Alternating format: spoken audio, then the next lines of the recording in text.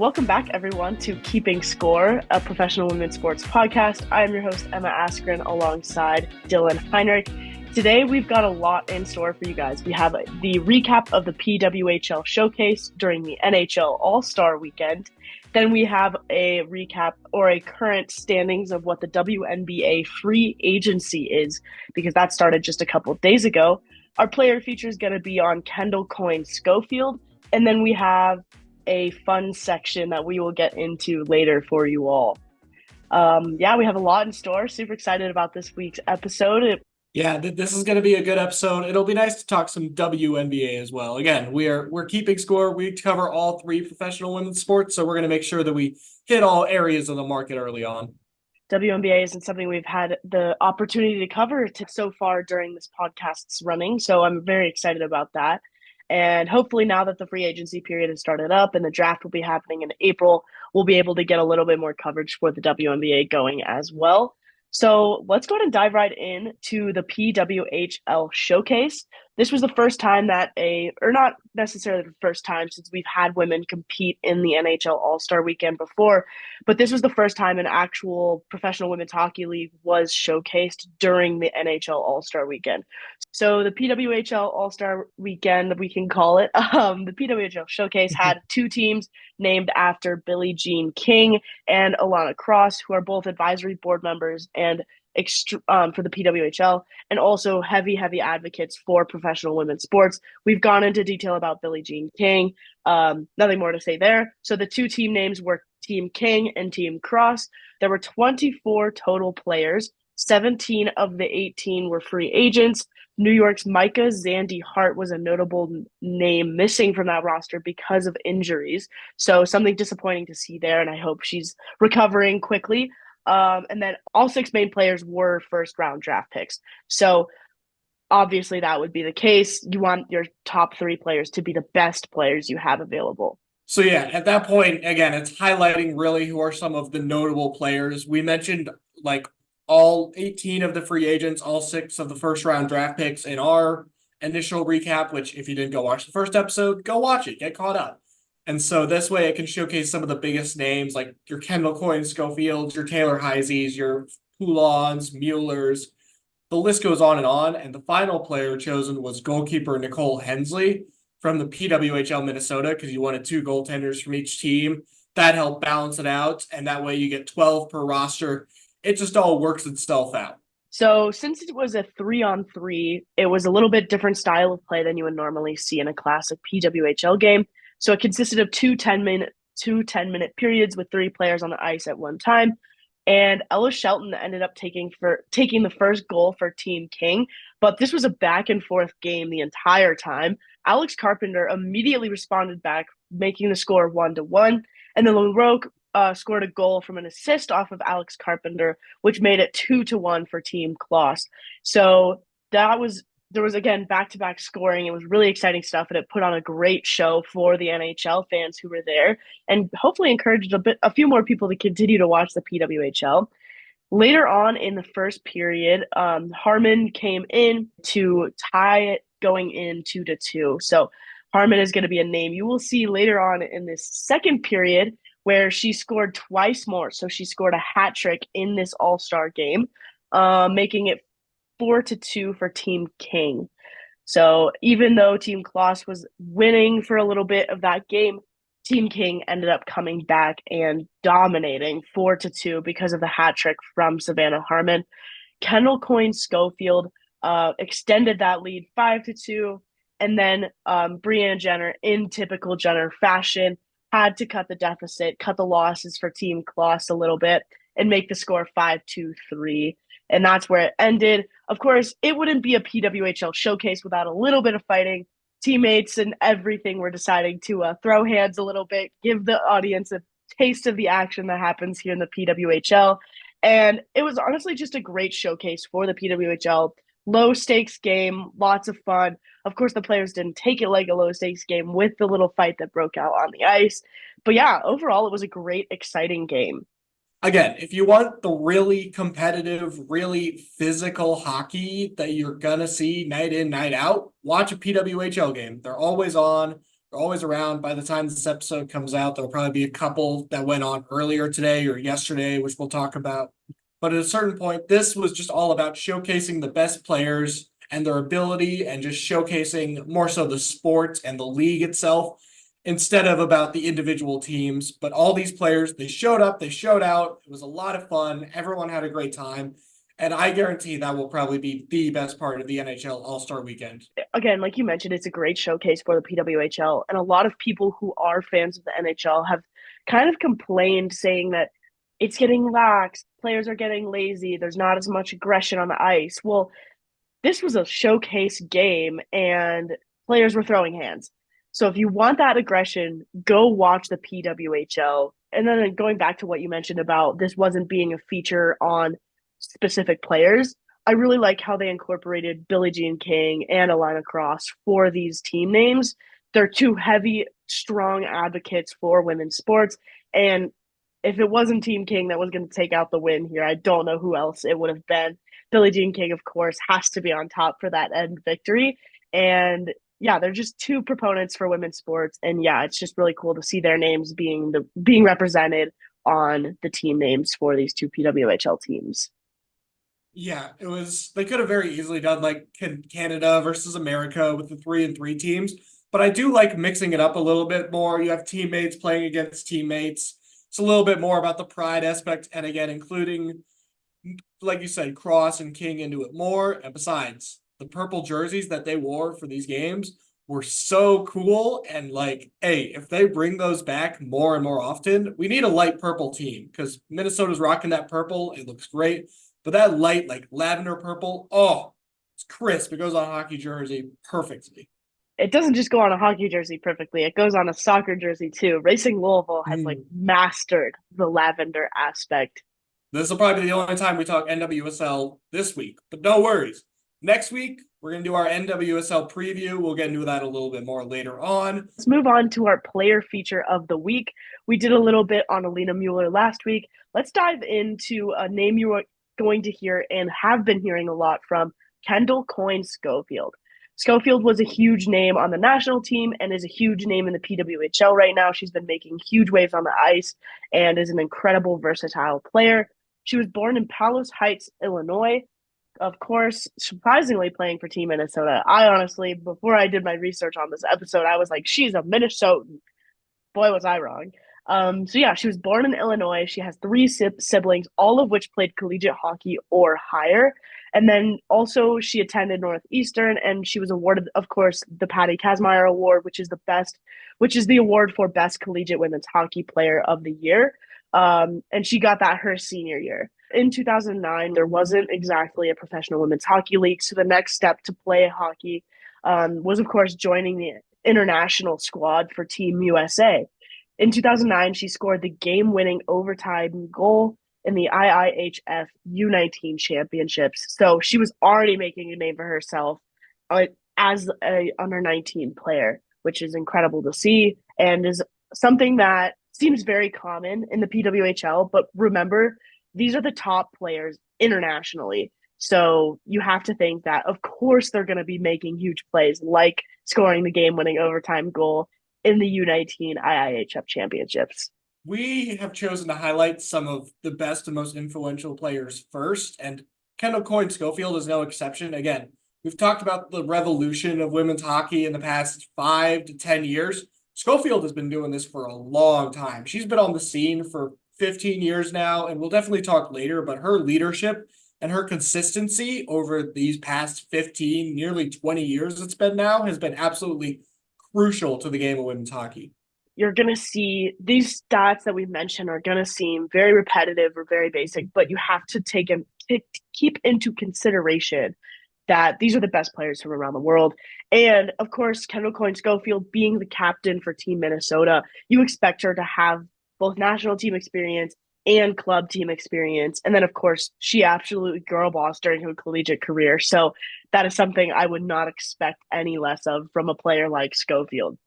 Going on to the player like Schofield that she is, from 2009 to 2010, she scored in the 2010 Four Nations Cup gold medal game. Of course, had to get her name on the score sheet there, and she was on the Team USA roster for 2014, 2018, and she was the captain for the 2022 Olympic team. So not only was she making a name for herself on the Team USA roster, but she was also making a name for herself in the Olympics, which is not something you see from every single player in the PWHL.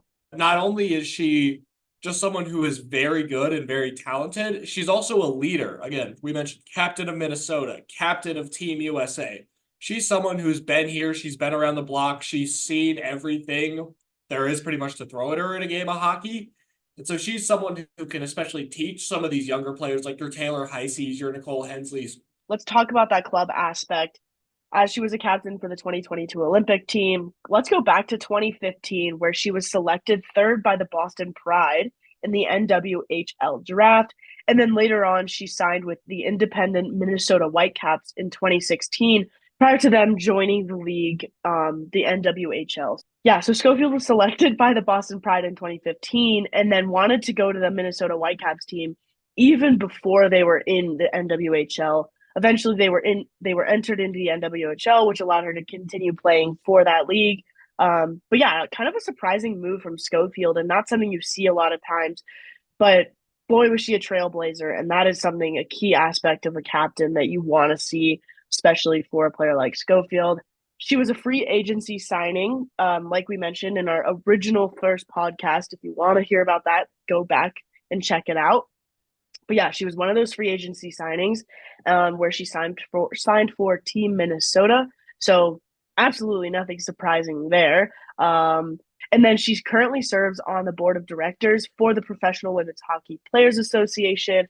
And then after the founding of the PWHL in 2023, she was named to the executive committee of the league's labor union, the PWHL Players Association. So not only does she have the on ice leadership that we look for in a captain, but she also has not only the off ice leadership, but also the passion and drive to keep this sport going for as long as possible.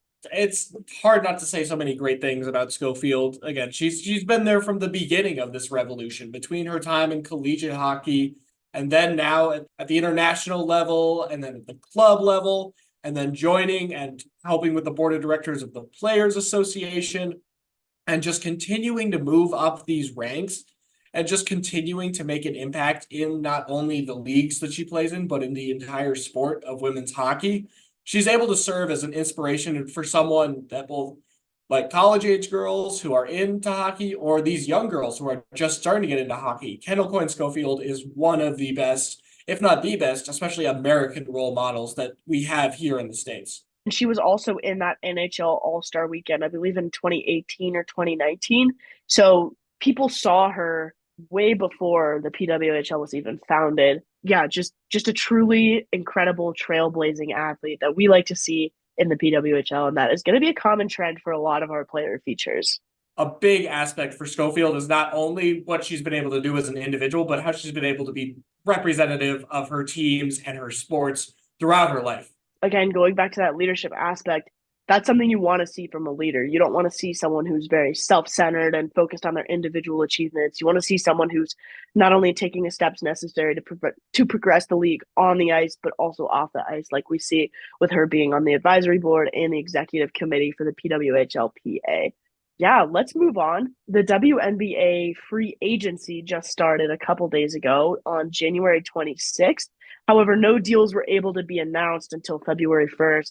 This is actually a problem last year when the Seattle Storm tried to sign Sue Bird, for her last year of playing, too early. So they announced that deal before it was February 1st, which was kind of funny. And then they got fined a lot of money for that. So the WNBA is very strict on when these deals are allowed to be announced. So now that it is the brand new short month of February, all of these deals have been able to be announced. And then this free agency period will continue on for a little bit too. So we might be able to bring in some new signings in our NWSL feature that is going to be coming out next week.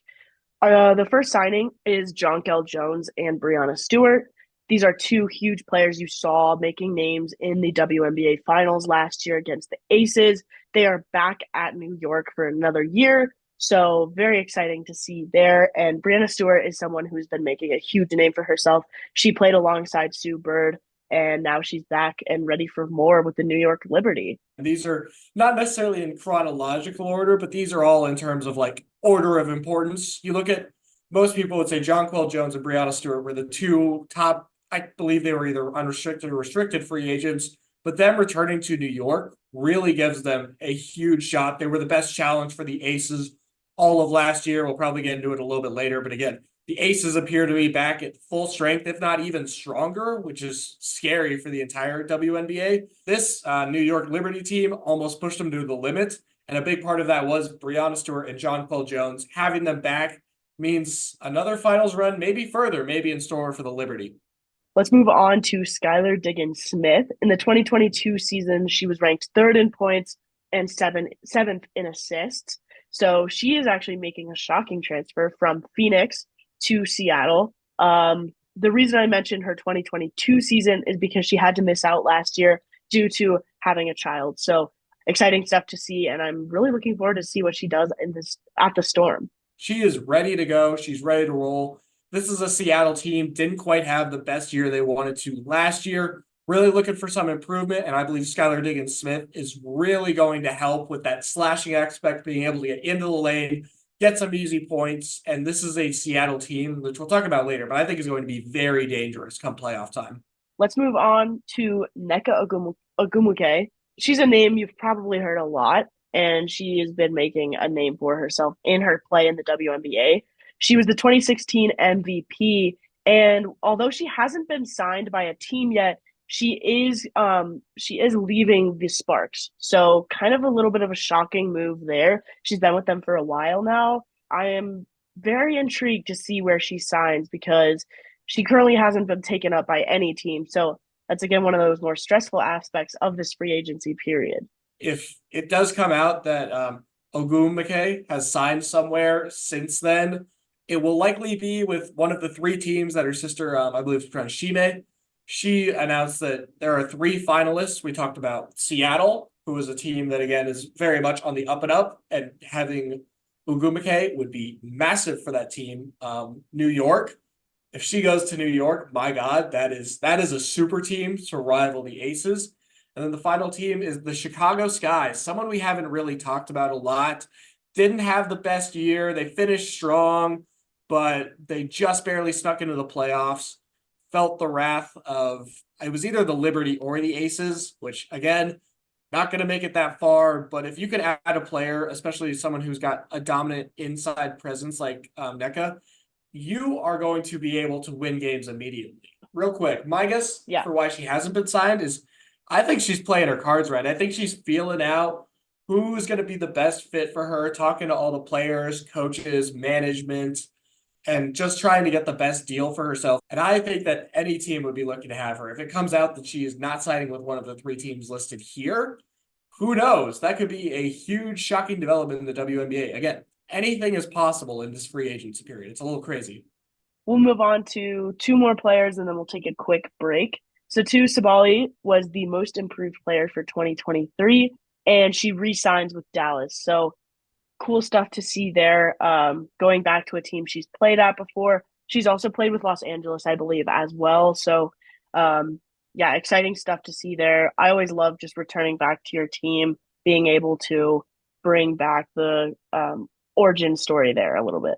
She was a huge part of this Dallas team last year that finished second in the Western Conference. The other player that we talked about, Kalani Brown, also from Dallas, she re-signed there. And so this is a Dallas team that, very similar to the Aces, was one of the best people to give, similar to New York, was able to give the Aces a good bit of a fight. They finished second in the Western Conference behind the Aces, had a very, very good year last year, are looking to bring back more of those pieces. And I think this is a team, again, that playoffs is the minimum expectation, and your ceiling is that this team could compete for a championship. I think all the cards are going to have to fall in the right spots for them, but they're going to make the playoffs. They're going to make some noise. And I mean, we talk about Sabali. She is one of the most talented players that doesn't get talked enough, but really started to gain a lot of traction last year with the most improved player. I believe she made her second All-Star game last year.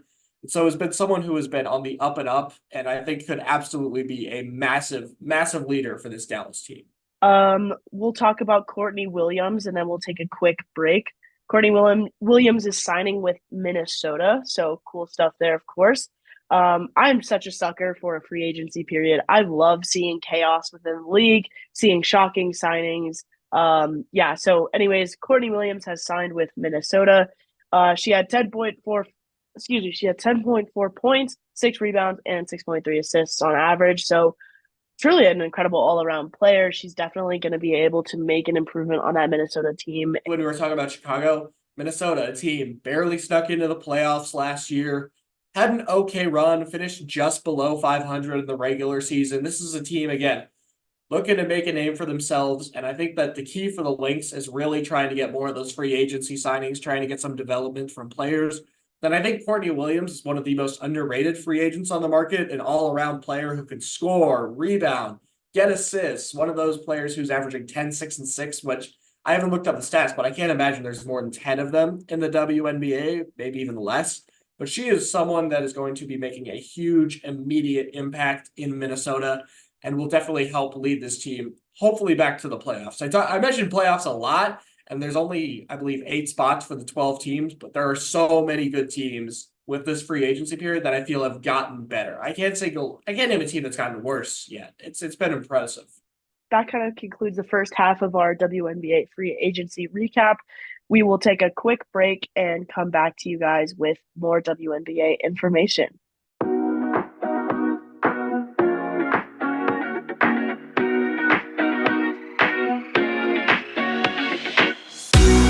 All right, welcome back, everyone. Thank you for taking that quick break with us. We have 3 more free agency signings we want to talk about, and then we will get started on our moment of the week. Another player who I am really excited about is Candace Parker. She is an unrestricted free agent and was injured for the last half of the previous season due to a foot injury. She is somebody who will make a huge impact on whatever team she decides to sign with. While she hasn't signed with a team, her goal is to sign for the Las Vegas Aces. Talk about stacked. We had mentioned that Jonquel Jones and Brianna Stewart would make a huge impact signing to New York. I mean, Candace Parker would make a huge impact for the Aces as well. So if we see these, I mean, the assumption is that both of these teams are going back to the playoffs, if not the finals. And Candace Parker is going to be a huge, huge name to be looking out for during that finals run for the Aces.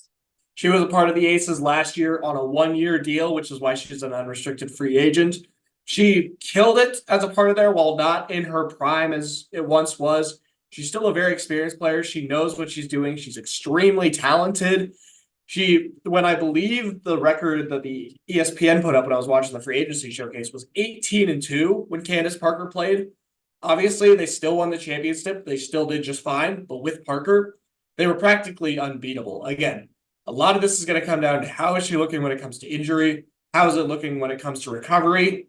And again, of course, her age is still a factor, but even if she's getting very limited minutes and she can't play every game, very talented player, absolutely a great piece for the roster, just someone who's going to be like that mentor piece like we talked about with Schofield.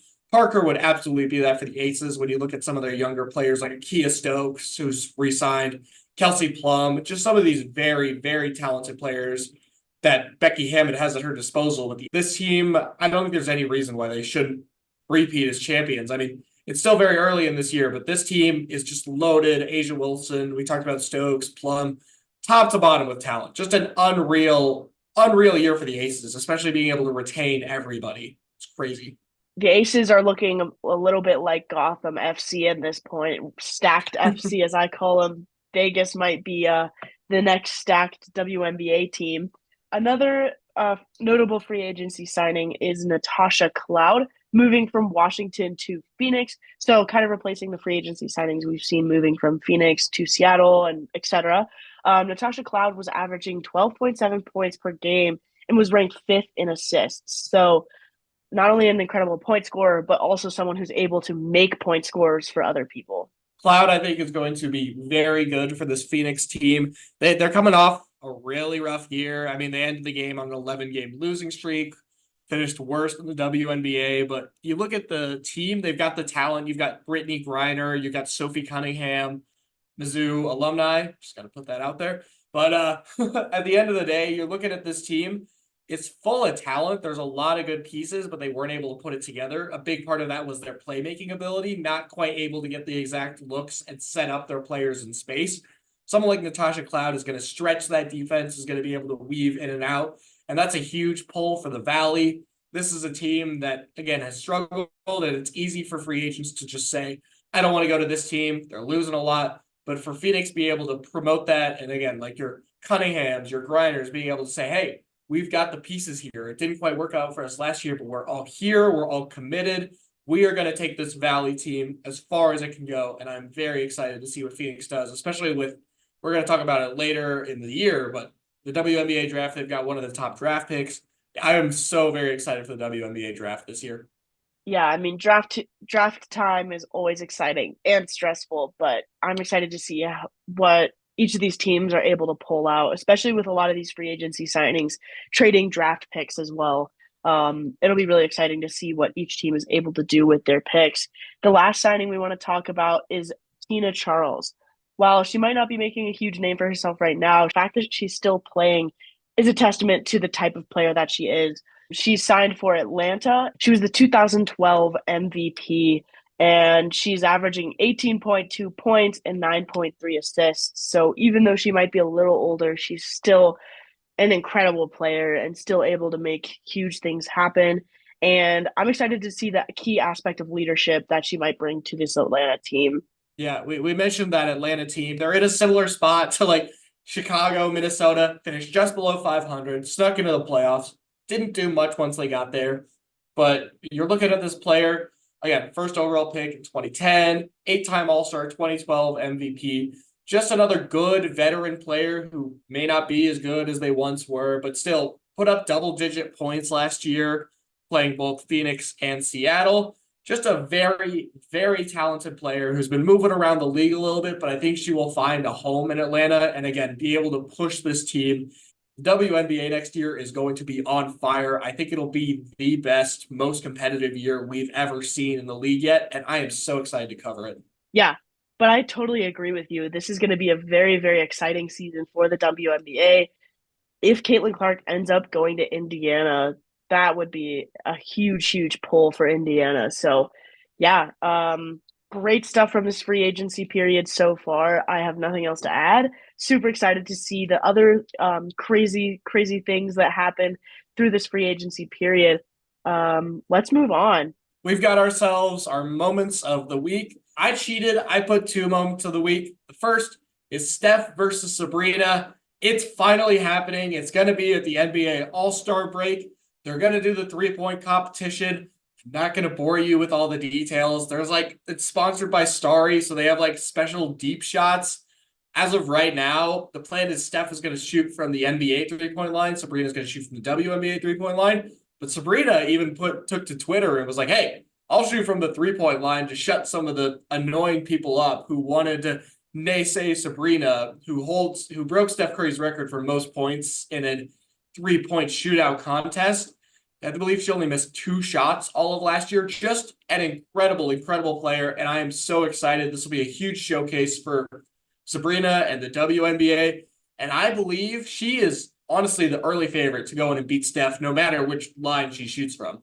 I mean, I think it's incredible that not only is the NBA/slash WNBA putting this on, but the fact that Sabrina Ionescu knows what people are going to say to try to invalidate her potential win over Steph Curry. People love Steph Curry. I mean, everyone loves him. He's an incredible three-point shooter. He's a very versatile player. Like, he's just the guy you see making the crazy stuff during warm-ups and everything like that. But Sabrina Ionescu is excuse me, just an incredible player as well, and a testament to her characters going to Twitter and just saying, I will shoot from the NBA line. Like, I want to shut these haters up, and I know exactly what I need to do. And she's my favorite to win over Steph as well. But I'm excited to see the competition go down. Keep an eye out for that on your social medias. The next moment I want to talk about, the reason I'm going to cheat and add two is because this literally happened last night. USC versus Stanford women's basketball. I believe the women's game is as deep and as talented as it's ever been. One example of that is freshman sensation Juju Watkins of the USC Trojans put up 51 points in a collegiate basketball game in the win over Stanford. I believe the final score was 67-58. So she scored 51 of her team's 67 points. It was fairly low scoring, but she absolutely dominated. It's not like she was ball hogging either. I mean, she took less than half of her team shots and got almost all the points. Just a truly unreal performance to beat a top 5 team on the road. Juju Watkins is so special. I can't get into how good she is as a freshman. I mean, she is easily the best freshman player in the world. She's just outstanding. It's hard to put into words to formulate how good she is. It's kind of crazy. I mean, she's a player who you're gonna see just making those incredible plays. But God, like 51 out of 67 points. Again, I will say I'm a journalism major, not a math major, so someone fact check me on this. But that is an incredible, like that's a huge, huge percentage of your team's points, and she came in clutch to beat that Stanford team. An unreal performance. I've talked about it a lot off air, but the Pac-12 women's basketball, if you aren't watching, find a way to watch it. Like Colorado, USC, Stanford, UCLA, Utah, even teams like Washington State, Washington, Oregon State. It's so good. You could literally turn on any game between any two teams in this conference, and you're gonna get some incredible talent. Mainly Juju Watkins, who again, doing this as a freshman, 18 to 19-year-old. She is as old, if not younger than us. And so she just to see her dominating in such crazy fashion at the highest level makes me so excited for not only her run in the women's basketball tournament this year, but what she has moving forward when it comes to the rest of her collegiate career. And again, we've talked a lot about the WNBA. Whichever team manages to get Juju Watkins with what will likely be the first overall pick whenever that day comes is so, so lucky. We already mentioned this a little bit in the beginning of our podcast when we talked about the PWHL showcase during the NHL All-Star weekend, but I just wanted to go back to it. My moment of the week was Savannah Harmon's hat trick in the PWHL showcase. Harmon is an incredible player, and just being able to make huge plays like that in only 20 minutes of play is a testament to the type of player she is, making the huge win for Team King, scoring a hat trick, scoring 3 out of the 5 points that were scored in that period. Yeah, she's going to be someone you have to keep watching out for, and someone we haven't particularly mentioned a lot during our recaps and coverage of the PWHL, but someone who is definitely going to be on my list of people to watch out for going forwards. Again, Harmon is a defender for PWHL Ottawa. We don't talk a lot about defenders because they don't get points. They don't get a lot of saves. Block shots aren't exactly cool or hip, but she is someone who was able to showcase her speed, even her shooting ability as a defenseman in this 3-on-3 showcase. And so she has been a crucial piece for this PWHL Ottawa team that, again, still looking in that midsection of the PWHL, still trying to find their footing, but she will be one of their leaders moving forward. If Ottawa can make it to the playoffs for this PWHL inaugural season, I have no doubt saying it'll be in help from Savannah Harmon. I think that covers our moment of the week section. If you guys have any moments of the week you want us to cover for next week, don't hesitate to tag us on our social medias, which will be in the box below here. So yeah, don't hesitate to tag us. Even send us an email. We do respond to those. So let's move on, of course, to our fun section. We have something special planned today. We see a lot of people kind of playing Guess Who. So this is Guess Who, but professional women's sports players. I was going to say either a league player. Dylan wanted to expand that to all 3 professional leagues here, both. And these players are going to be former and current players, as well as potential coaches. So yeah, we will put up the silhouette of each of our player that we have picked out on our screens. And I have no idea what Dylan's picked. Dylan has no idea what I've picked. And we'll just alternate questions until one of us is able to guess it. You guys get to play along with us. You get to test your own knowledge. With all that said and done, I'm ready for rock, paper, scissors. All right, ready? Okay. Okay. Rock, paper, scissors, shoot. Okay. Oh my God. Okay, okay. Rock, paper, scissors, shoot. Oh, let's go. All Big right. All dubs, right. big dubs. Okay. All right. So I'll ask you the first question. Okay. I have my player written down, so I can't change it on you. I'll show a picture somewhere, but Hold I on. have Let my me write player mine written in my down. notes app so I don't cheat. Okay, Because okay. I've got it in my head. I've Totally, had this plan. totally believable. All right. Is your player in the WNBA currently? No, they are not. Oh, thank God. Okay. Because Emma doesn't know a lot about the WNBA, and that is something I'm working on for Yet. this podcast. Yet. Yes, Again, exactly. we will be WNBA experts all of the summer. It's going to be so much fun. All Yeah. right. Is your player currently active? Yes. So they're an active player. I should have specified that. Hopefully. Okay. Hopefully. Okay. That's a little odd and morbid, but Okay, that's okay. Let okay. me. We'll go active. I just wanted to make sure it wasn't a coach because when I said active, that means that coaches Oh, are technically active. it is not a coach. Okay. Okay. So we got ourselves an active player. That doesn't narrow down the league, Yes. but we got one. Okay. All right. So we've narrowed down the WNBA. Okay, let's do is your player a coach? No, my player is not a coach. Okay, perfect. Perfect. All right. Is your player in the PWHL? No. Okay, not in the PWHL and not a coach. Okay, Okay. so your player's not a coach and not in the WNBA. Right. I gotta write this down. Oh my gosh. Okay, is your player in the PWHL? My player is not in the PWHL. Oh my gosh, let's go. It's the NWSL, and I am so much more confident in soccer. This is going to be bad that I'm quoted on this now, and Dylan will probably win now, but it's okay. If Okay, you lose, it is going to be so embarrassing for you. I gotta be honest. Like okay, I okay. purposefully did this because I picked. I'm not gonna say too much, but I know your love for the NWSL, and I wanted to see how well you knew it. I wanted to Oh see what boy, Emma knows. I'm Okay, I'm scared. Oh God. Okay. all right. For mine, is your player in the NWSL? Yes. Ooh, so okay, with all the leagues, all the potential players, we've somehow picked the same exact league. So I'm scared because now I feel bad because my player is I'll give you a little hint. My player's like one of my favorite players, but she's not really well known in the league. So I'm scared because I might have done you really dirty. Okay, is your player a forward? yes, she's a Oh, forward. she's a forward. Okay, okay. So we've got Um, forward. I'm gonna go the opposite route. I'm gonna go team. Does your player play west of the Mississippi River? No. See, now Ooh, okay. that's a good question actually. That's a good Because question. I don't know the Western and Eastern conferences that well. I don't even know how much they do conferences. And there's also Yeah. teams like the KC Currents, which are not on the West or on the East. So they're like right in the middle section, but it's not the Yeah. Current because you said it's east of the Mississippi River. I Is think I've got you. I think I've got you. you think I don't think you do. I don't I think don't you think I've do. got it on this next question, but I think I'm on the right track.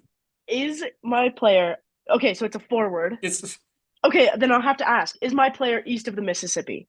And she's a current player, so she either has to current play. player west of the Mississippi. I'm just gonna run through my thought process. So the teams west of the Mississippi, Kansas City, Angel City, Bay FC. We have, oh my gosh, San Diego, OL Reign, Portland Thorns.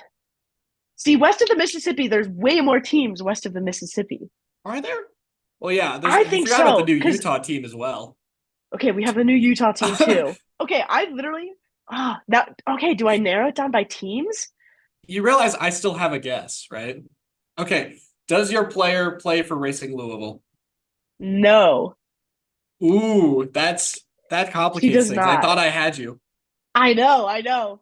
Hot take there, but there are basically I love it though. I love it. You're there's like keeping me on my one toes. US national team player that plays for Racing Louisville. Okay. Does my player play for the San Diego Wave? Your player does not play for the San Ah, Diego Wave. because I thought you were gonna say Alex Morgan, and I was gonna be. I I it's could make not. it that easy. I Come know, on I know, I now. know. I know. Okay, so she doesn't play for the Wave. No Wave. Okay. Does your player play for Gotham? Yes. Yes. Oh, buddy. Uh-oh. Okay. Uh-oh.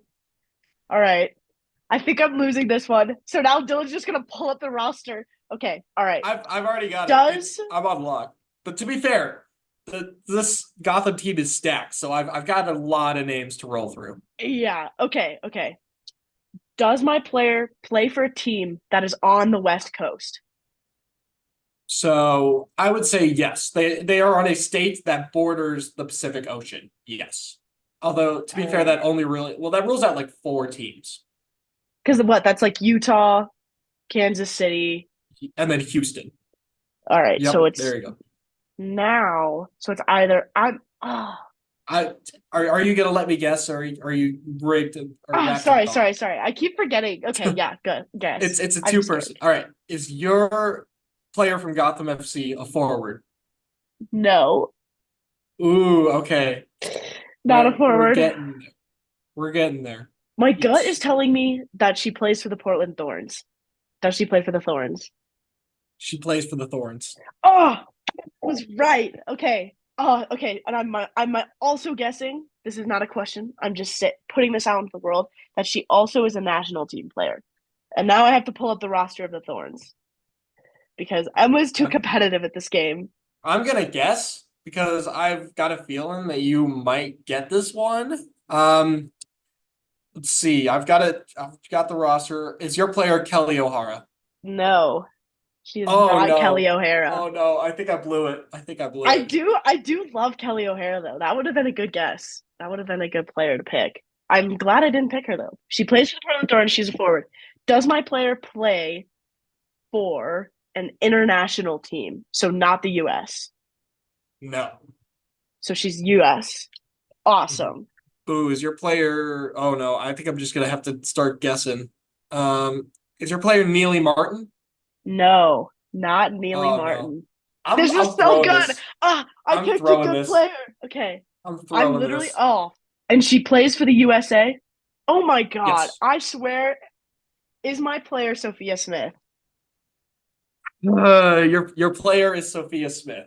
Yeah, let's go. Dude, I was like, I swear to God, if it's Sophia Smith, Shout out Sophia Smith. She graduated from my high school, which is the reason why I chose her. honestly, She's a G. fair. Yeah, I Like should have known I'm you were gonna do a Colorado player.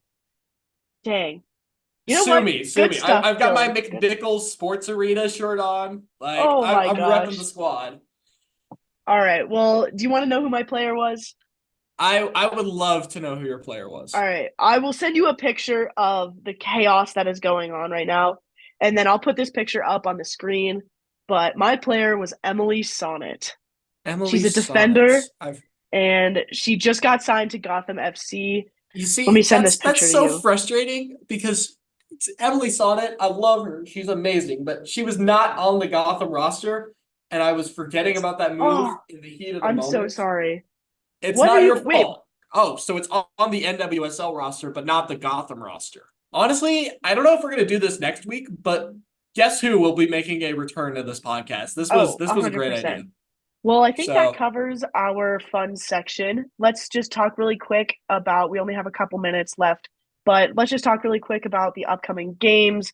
So we're recording this on Saturday, so there's a game today and then two games tomorrow, which is the day this podcast is going to be coming out. So stay tuned on your personal social medias for those games. But this next week, there are not any games in the PWHL, which means we are going to be doing an NWSL feature. So, kind of what we did on our first episode of the PWHL, it'll be a comprehensive history of the league for the NWSL, as well as the draft and free agency signings that have come out of that. NWSL, you gotta love it. It's one of the most historic ones outside of the WNBA that has been around for a while. It's an exciting time. Comes in a couple months. They've started free agency and the draft has been done. So now we are just in the preseason. We're excited to get it started. This will be a nice little preview that you can look back on when the games actually start mid-March. With that being said, I think that concludes today's episode of Keeping Score. Thank you all for bearing with us through this. We appreciate you spending your time with us today on Sunday or whenever you're listening to this podcast. Yeah, take a look at our social medias down below. Otherwise, we will see you guys on Sunday.